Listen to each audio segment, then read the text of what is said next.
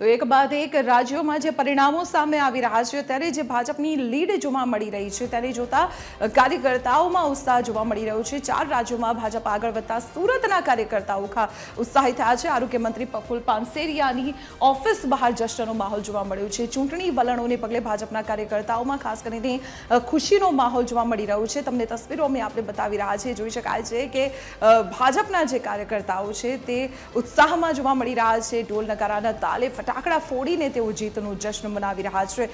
ભાજપ જે સુરત ખાતે ભાજપનું કાર્યાલય છે તેની બહારની આ તસવીરો અમે આપને બતાવી રહ્યા છીએ કે જ્યાં ફટાકડા ફોડી નારા બોલાવી ભાજપના કાર્યકર્તાઓએ જીતનો જશ્ન મનાવ્યો। 5 રાજ્યોનું જે પરિણામ આવ્યું છે તેને લઈને સુરતમાં ફટાકડા ફોડવામાં આવી રહ્યા છે અને ભાજપની આ જીતના જે ઉજવણી છે તે કરવામાં આવી રહી છે। જોઈ શકાય છે જે પ્રકારે આરોગ્ય મંત્રી પ્રફુલ પાનસેરિયાની ઓફિસ છે અને ત્યાં કાર્યકર્તા દ્વારા ફટાકડા ફોડી અને ઉજવણી છે તે કરવામાં આવી રહી છે। જે પ્રકારે મોટી સંખ્યામાં જે કાર્યકર્તાઓ છે એકઠા થયા છે અને તમામ કાર્યકર્તાઓ જે છે તે ઉત્સાહ સાથે અહીંયા આવી પહોંચ્યા છે ને જે પ્રકારે જે નારેબાજી કરી રહ્યા છે ને જે પ્રકારે પરિણામ આવ્યું છે તે પરિણામને લઈને તમામ લોકો છે તે અત્યારે ખુશ જોવા મળી રહ્યા છે। અહીંના કાર્યકર્તાઓ છે એની સાથે વાત કરીશું। શું કહેશો જે પ્રકારે પરિણામ આવ્યું છે આજે ફટાકડા ફોડવામાં આવી રહ્યા છે? ફટાકડા ફોડવામાં આવી રહ્યા છે। રાષ્ટ્રહિતમાં પરિણામ આવ્યું છે એટલે એમાં કોઈ શંકાને સ્થાન જ નહોતું કે મોદી સાહેબ જે પ્રમાણે રાષ્ટ્રહિત માટે કામ કરી રહ્યા છે એ જ રીતે લગભગ ગુજરાતથી લઈને કોઈ પણ રાજ્ય પકડી લ્યો એટલે રાષ્ટ્રહિતમાં લોકો મત દેવા તૈયાર છે જ।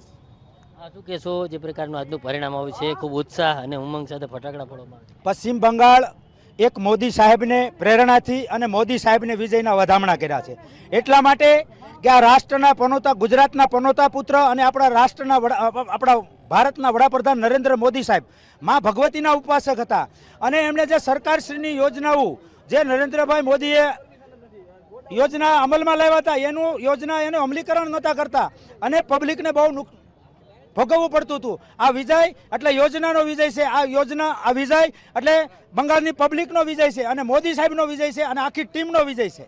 શું કહેશો આજે જે પરિણામ આવ્યા છે તેને? આમ તો બંગાળમાં અત્યાચાર સામે સત્યનો વિજય થયો છે અને લોકશાહી સાચી લોકશાહીનો વિજય થયો છે।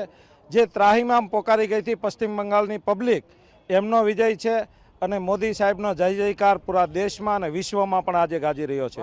બિલકુલ શું કહેશો જે પ્રકારે આજનું પરિણામ આવ્યું છે ફટાકડા ફોડીને ઉજવણી કરવામાં? યા દેવી સર્વભૂતેષુ શક્તિ રૂપેણ સંસ્થિતા નમસ્તસ્ય નમસ્તસ્ય નમસ્તસ્ય નમો નમઃ। ખરેખર મા કાલી માએ આજે બંગાળની જનતાને જે બંધક બનાવીને જે મમતા બેનર્જીએ અત્યાચાર કર્યો છે એને છોડાવવામાં કંઈ બાકી નથી રાખ્યું અને ભારતીય જનતા પાર્ટીનો ખૂબ સારી રીતે ભવ્ય વિજય થયો। એના બદલ હું બંગાળની જનતાને અભિનંદન આપું છું કે આ દીકરી કાંડ હોય કે કોઈ પણ 300 લોકોની હત્યાઓની સાબિતી હોય તો આ બધી વસ્તુઓ ભારતીય જનતા પાર્ટીએ જોઈ અને રાત દિવસ મહેનત કરીને કાર્યકરોએ જે પણ મહેનત કરી છે આ એની જીત છે। બિલકુલ શું કહેશો જે પ્રકારે પરિણામ આવ્યા છે કઈ રીતે? આજે જ્યારે સમગ્ર ભારતમાં નરેન્દ્રભાઈ મોદીના નેતૃત્વમાં એક ઉજ્જવળ અને વિકાસશીલ સરકારનું જે સમર્થન થયું છે તેને જોતાં આ વખતે અમને સંપૂર્ણ વિશ્વાસ હતો કે પશ્ચિમ બંગાળમાં 100% ભાજપની સરકાર રચાશે। આજે છેલ્લા 15 વર્ષમાં પશ્ચિમ બંગાળની જનતાએ જે જુલ્મ વેઠ્યો છે જે અત્યાચાર વેઠ્યો છે તેનું આજે આ અત્યાચારના સામના તરીકેનું આજે આપણે પરિણામ ગણાવી શકાય।